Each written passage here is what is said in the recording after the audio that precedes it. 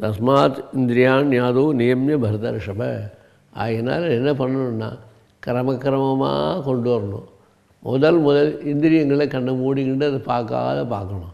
எந்த வஸ்துவை பார்த்தா நமக்கு, எந்த பொருளை பார்த்தா நமக்கு ஆசை தோன்றதோ அந்த பொருளையே கண்ணால் பார்க்காம கண்ணை மூடி இருந்துட்டோமானால் அப்போ கொஞ்சம் கொஞ்சமாக கண்ணால் பார்க்கறதுனால குறைஞ்சதுனால அது மேலே ஒரு ஆசையெல்லாம், அதனால் வரக்கூடிய கோபங்கள்லாம் தானாக போயிடும். பாப்மானம் பிரஜகிஷேனம் ஞானம் விஜான நாசனம்.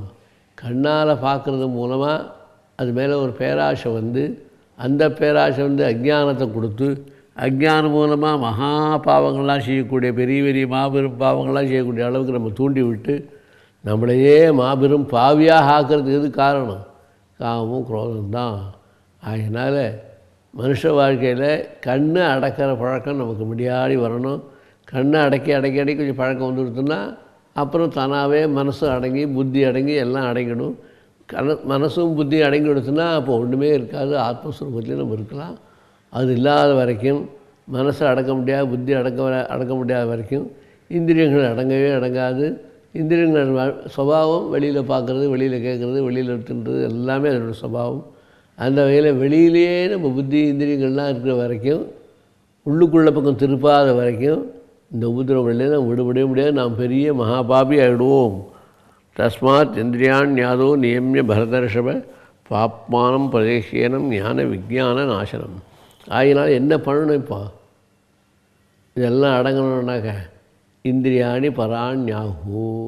இப்போ இருக்கிறதுக்குள்ளேயே பொருள்களுக்குள்ள இந்திரியங்கள் தான் வசதி. ஏன்னா நம்முடைய கண்ணால் பார்த்து தான் இது எல்லாத்தையும் புரிஞ்சுக்கிறோம். காமம், குரோதம், லோபம், மோகம் இதெல்லாம் வர்றதுக்கு காரணம் என்ன? இந்திரியந்தான். இந்திரியேபியா பரம் மனஹா. இந்திரியங்கள் காட்டில் பெருசாக உள்ளது அது மனசு. மனசை காட்டில் எப்படி இது? புத்தி. புத்தியை காட்டில் எது பெருசு?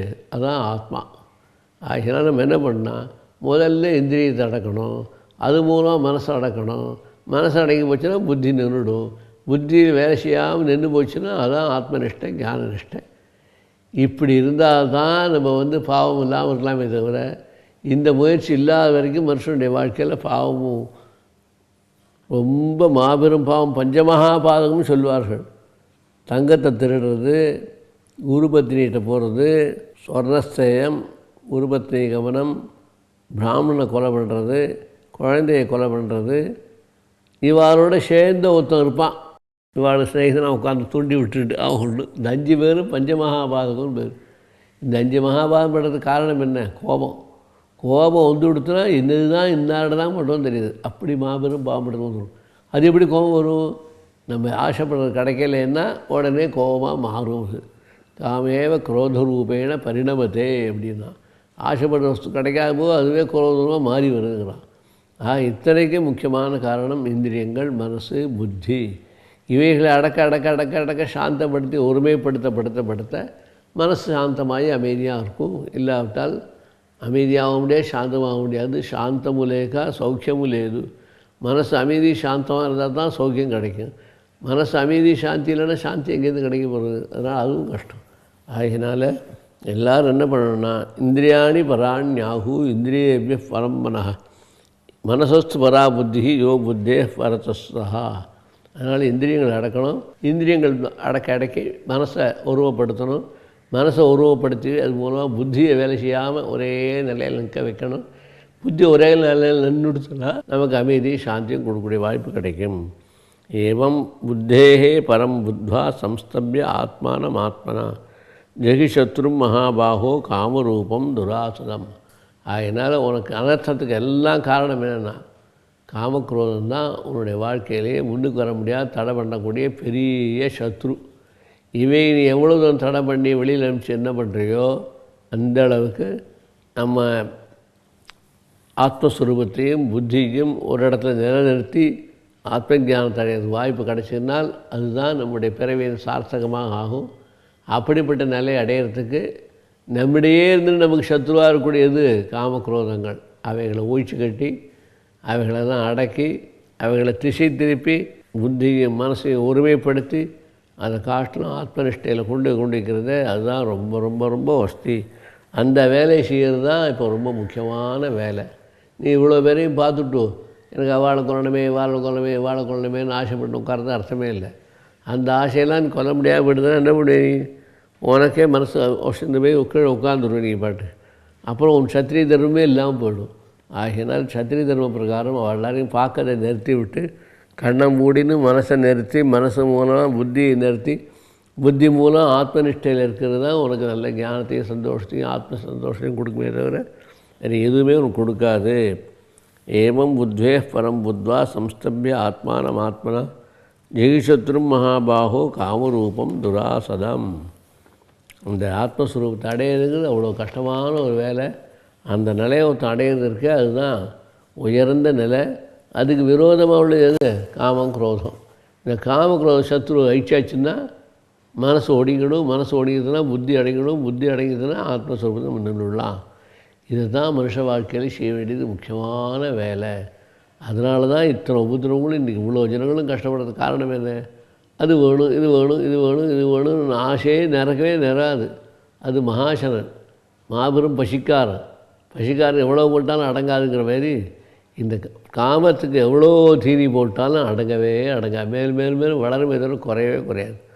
குரோதத்துக்கு அது மாபெரும் பாபகாரியங்கள்லாம் செய்யும். அந்த மாதிரி காரியங்களை செய்கிறதுக்கு தூண்டுதலாக உள்ளது காமம். காமம் மூலமாக குரோதம் உண்டாகி, குரோதம் மூலமாக மகாபெரும் பாவங்களாக செய்கிறது வாய்ப்பாக அமையும். அதனால் மூலப்பொருளை காமத்தை உடிச்சாச்சுன்னா குரோதமே வராது. குரோதம் வரலைன்னா பாவ காரியங்களாம் ஒன்றும் வராது, சரியாக போயிடும். அதனால் அதைத்தான் முதல் நீ விடணும். மனுஷ வாழ்க்கையில் விட வேண்டியது முக்கியமானது காமக்ரோதங்களை விட்டுடணும் அப்படின்னார். சரி, இந்த உபதேசம் என்ன எனக்கு புதுசாக சொல்கிறீங்களா, பரம்பரையாக அதான் சொல்கிறீங்களா, என்ன சமாச்சாரம் அப்படின்னா, இமம் விவஸ்வதே யோகம் புரோக்தவான் அகமம் வியம் விவஸ்வான் மனவே பிராக மனுஷ்வாகவே பிரவீத். இந்த உபதேசம் நான் உனக்காக சொல்லலை. இப்போது ரொம்ப காலம் முன்னாடியே நான் விவஸ்வானுக்கு சொல்லியிருக்கேன். உங்கள் பரம்பரையில் வந்து விவஸ்வானுக்கு சொல்லியிருக்கேன். புருஷா பிறந்தா செத்து போயிடணும். ஆனால் நான் அப்படி கிடையாது. நான் குறைவற்றவன், எங்கும் நிறைந்தவன். அதனால் அந்த காலத்துலேயும் இருந்தேன், இந்த காலத்துலேயும் இருக்கேன், வருங்காலத்துலேயும் இருக்க போகிறேன். 3 காலத்துலேயும் இருக்கக்கூடிய ஒரே சுரூபம் பகவத் சுரூபம் தான். அப்படி அந்த காலத்துலேயே இந்த விஷயங்கள்லாம் நான் வந்து சொல்லியிருக்கேன். உங்கள் பரம்பரையில் வந்தவர்களுக்கெல்லாம் விவஸ்வான் மனவே பிராக மனு ரிக்ஷ்வாகவே, மனுவானவர் ரிக்ஷ்வாவுக்கு சொன்னார். இப்படி சொல்லி சொல்லி வந்து சயேவாயம் மயா தேதே யோக புரோக்த புராதன பக்தோஸ்மே சகா சேதி ரகசியம் சேது உத்தமம். அதனால் ஏவம் பரம்பரா பிராப்தம் இவம் ராஜர்ஷியோ விது ச காலேனேகி மகதா நஷ்டா யோகோ நஷ்ட பரந்தப. அதனால் அவ்வளோ பாரம்பரியமாக இக்ஷ்வாகு வம்சத்துலேருந்து ஆரம்பித்து அந்த காலத்துலேன்னு சொல்லி வந்துட்டே இருக்கேன். அந்த பாரம்பரியத்தில் நீ வந்ததுனால இந்த பாரம்பரியத்தில் க்ஷத்திரிய பரம்பராத்தரும் உனக்கு நீ சொல்ல வேண்டியிருக்கு. அதனால் அந்த பரம்பரையில் ஆரம்ப காலத்தில் சொன்னேன், நடுப்புறம் கொஞ்சம் விட்டுவிட்டேன், திருப்பி இப்போ ஆரம்பிச்சிருக்கேன். ஏன் இப்படி சொல்லணும்னா, இப்போ நஷ்டமாக போயிடுது. வேதாந்த விஷயமே சர்ச்சைகளே கேட்குறதே தெரிஞ்சுக்கிற வேலையை குறைஞ்சி போயிட்டா. அதனால் அது சொல்ல வேண்டியிருக்கு. அது எளிய நடையில் உனக்கு மூலமாக ஞாபகம், உன் மூலமாக பொது ஜனங்களுக்கு எல்லாருக்கும் தெரிவிக்கிறதுக்காக நான் வந்திருக்கேன். ஏவம் பரம்பராப்தாமின் ராஜர்ஷியோ விது ச காலேனேக மகதா யோகோ நஷ்ட பரந்தபா. அதனால் ராஜ பரம்பரையை சேர்ந்தது இந்த ஞானோபதேசம். ராஜ பரம்பரையை சேர்ந்து ஞானோபதேசம். அது என்ன ராஜ பரம்பரை சேர்ந்த ஞானோபதேசம்னா, வெறும் ஞானத்தை மாத்திரம் சொல்லி தியானம் பண்ணுன்னு சொன்னால் அது ஒரு தனிப்பட்ட மனுஷனுடைய ஒரு நிலை. ஆனால் எல்லா வேலையும் பண்ணு, கர்மாக்கள்லாம் பண்ணு, எல்லாத்தையும் எங்கிட்ட ஒப்பிச்சிரு பலத்தெல்லாம் அப்படின்னு சொல்கிறதுக்கு அது கர்மயோகத்திலேயே ஒரு நிஷ்காம கர்மயோகம் சொல்லி ஆசைப்படாமல், பலத்தின் ஆசைப்படாமல் கர்மாக்களை மாத்திரம் முடிக்கிறது நிஷ்காம கர்மயோகம்னு பேர். அப்படிப்பட்ட நிஷ்காம கர்மயோகியாக இருந்துண்டு இந்த காரியங்களை நான் பண்ணிட்டு பலத்தை நான் விரும்பாமல் எல்லாத்தையும் பகவான்கிட்ட கொடுக்குறதுக்கு இதுதான் ரொம்ப வசந்த காரியம். சரி, காலேனேக மகதா யோகா நஷ்டப்புறத்தாவா. ரொம்ப வருஷத்துக்கு முன்னாடி சொன்னதுனால நடுப்புறம் கொஞ்சம் மறைஞ்சி போச்சு. அது திருப்பும் ஞாபகப்படுத்துக்காக இப்போ நான் உனக்கு சொல்கிறேன் எல்லாம். சயேவாயம் மயா தேத்திய யோக புரோக்த சராதன பக்தோஸ்மே சகாஜேதி ரகசியம் ஹேது உத்தமம். அதனால் அப்படிப்பட்ட உயர்ந்த வஸ்துவை நான் உனக்கு ஆத்ம வஸ்து உனக்கு சொல்கிறேன். இப்போது எதுக்காக சொல்கிறேன்னு கேட்டால், நீ எனக்கு பக்தனாக இருக்காய், சரணாகதி பண்ணிவிட்டே அப்படின்னு சொல்லிவிட்டே நீ சரணாகதோஸ்மின்னு சொன்ன ஒருபாடு பக்தினால் இல்லாமல் எப்படி இருக்க முடியும்?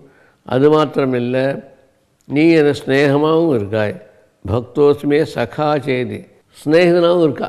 அர்ஜுனன் கிருஷ்ணன் ரெண்டு பேரும் நரநாராயணராக சகோதரர்கள் போல் இருந்துருக்காவா ரெண்டு பேரும்.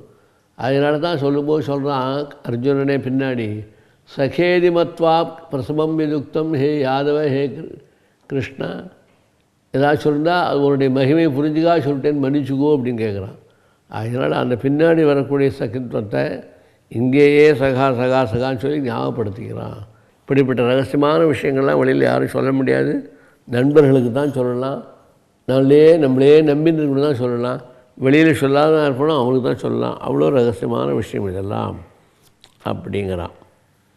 உடனே அர்ஜுனன் கேட்குறான், அபரம் ஜம்பகோதோ ஜென்ம பரஞ்சென்ம விவஸ்துதா கதமேதத் விஜானியாம் தொமாதோ புரோக்தவானசி. இது நீங்கள் ஏதோ சொல்கிறே இஷ்வாகம் சண்டை பிறந்த அப்போயே நான் சொன்னேன்னு, முன்பிறவி பின்பிறவிலாம் இருக்கா அப்படின்னு கேட்குறான். மறுபிறவி உண்டா அப்படின்னு கேட்குறான். தாராளமாக உண்டு பாபா அப்படிங்கிறார். அபரம் போதோன் ஜென்ம பரஞ்சென்ம விவஸ்துதா, முன்ஜென்மா பின்ஜென்மாலாம் உண்டா? அது கொஞ்சம் என்னன்னு சொல்லுங்க கொஞ்சம் விவஸ்வான்னு. கதமேதத் விஜானியாம் தொமாதோ புரோக்தவானசி.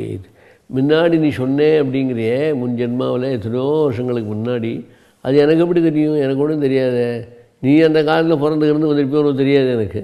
அதனால் பிறப்பு இருக்குங்கிறதே ஒன்று இருக்கா? அப்படி இருந்து நீ சொல்லியிருக்கியா? நீயே அந்த காலத்தில் பிறந்திருக்கியா? நான் பிறந்தேன்னா இல்லைன்னு எனக்கு தெரியாது. இப்போது என் சுபாவத்தில் என் சம்ஸ்காரத்தில் அப்படி சிரமப்பட்டுருக்கேன். ஆகையினால இந்த பிறப்பு இறப்புங்கிறது எப்படி என்ன காரணத்தினால வருது அப்படிங்கிறான். அபரம் பவதோ ஜென்ம பரஞ்சென்ம விவஸ்துதா கதமேதத் விஜானியாம் தொமாதோ புரோக்தவானசி. பகவான் உடனே சொல்கிறார், பகூனிச்சமே விதிதானி ஜென்மானி தவச்சார்ஜுன தானியகம் வேத சர்வாணி நத்வம் வேத பரந்தவ. நீயும் பல பிறவி எடுத்தேன், நானும் பல பிறவி எடுத்தேன்.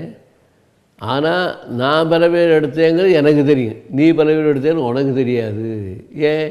நீ அக்ஞானி, அறியாமையில் இருக்குதான் உனக்கு தெரியாது. நான் ஞானஸ்வரூபமாக பல பேர்கள் எடுத்து பல பேர்களுக்கு உபகாரமாக அப்பப்போ எழுந்திருந்து உபதேசங்கள்லாம் சொல்லி ஞானங்கள்லாம் சொல்லி பகுனியுமே வெத்தித்தானி பல ஜென்மாக்கள் உனக்கு எனக்கு போயிடுத்து. ஜென்மானிச்ச தவச்ச அர்ஜுன, எனக்கு உனக்கு ரெண்டு பேருக்குமே பல ஜென்மாக்கள் போயிடுச்சு. தானியகம் வேத சர்வாணி, அதெல்லாம் நான் அறிஞ்சு கொள்வேன். நத்வம் வேத பரந்தவ, உனக்கு தெரியாது எவ்வளோ பிறவி இருந்தேனுங்கன்னு உனக்கு தெரியாது. அதனால் பிறவி விஷயங்கள் எல்லாமே பகவானுக்கு தான் இத்தனை வருஷமாக இருந்தோம்லாம் தெரியுமே தவிர நம்மளுக்கு பூர்வ ஜென்மா கதை என்னன்னு சொல்ல தெரியாது. அதனால் நமக்கு ஜென்மா உண்டுன்னு நம்பிக்கையில் இருக்குமே தவிர ஜென்மா என்ன ஜென்மா இருந்தோம் எப்படி போகணுங்கிறதெல்லாம் கேட்டால் நமக்கு சொல்ல தெரியாது. அதனால் ஜென்மா உண்டு முன்னாடி. இல்லைன்னா பிறந்த உடனே அம்மா பால் சாப்பிடணும் எப்படி தோணும்? அழறோம் அம்மா பால் கொடுக்குறோம் சாப்பிடணும் தோணும் இல்லையோ? இதெல்லாமே முன்ஜென்மாவுடைய சம்ஸ்காரம் தான், எண்ணங்கள் தான். ஆகினால ஜென்மா உண்டு, நமக்கு தெரியாது. பகவான் எல்லாம் சிருஷ்டிகர்த்தா, சம்ஹாரகர்த்தா, பரிபாலனகர்த்தா எல்லாம் இருக்கிறதுனால அவருக்கு எல்லா விஷயங்களும் தெரியும். நமக்கெல்லாம் அந்த விஷயங்கள்லாம் தெரியவே தெரியாது. ஏன்னா அஜ்ஞானம் அறியாமை இதெல்லாம் இருக்கிறதுனால. தெரிஞ்சுன்னா என்ன ஆகும்னா, தெரிஞ்சு ஆகிட்டேன்னா நீ ஞானி ஆகிட்டேன்னு அர்த்தம். அப்போ இந்த கதையெல்லாம் கேட்டுருக்க வேண்டிய அவசியமே இல்லை உனக்கு. ஞானம் அடைஞ்சவனுக்கு இவ்வளோ பெரிய பிறந்தமா அம்மாடியோ இனிமேல் பெரிய வேண்டாம்னு சொல்லி இப்படி ஒதுங்கக்கூடிய அளவுக்கு தோணட்டும். இப்போ அதுமாதிரி தோன்றா யாரும் இல்லை, ரொம்ப சிரமப்படுறவா தான் எல்லோரும். ஆகினால இந்த பிறவி எப்படி வந்ததுங்கிறது உனக்கு தெரியாது. ஏதோ முன்ஜென்மாவனுடைய வினைப்பேனா இந்த பிறவி வந்திருக்கு. இல்லைன்னா அந்த மனித பிறவி வர முடியாது. இப்பிறவி தப்பினால் எப்பிறவி வருமோ ஏது வருமோ. அது மாத்திரம் இல்லை, இந்த பிறவி ஒரு புண்ணியமான பிறவி, உயர்ந்த பிறவி. ஜந்தூனாம் நரஜன்ம துர்லபம்.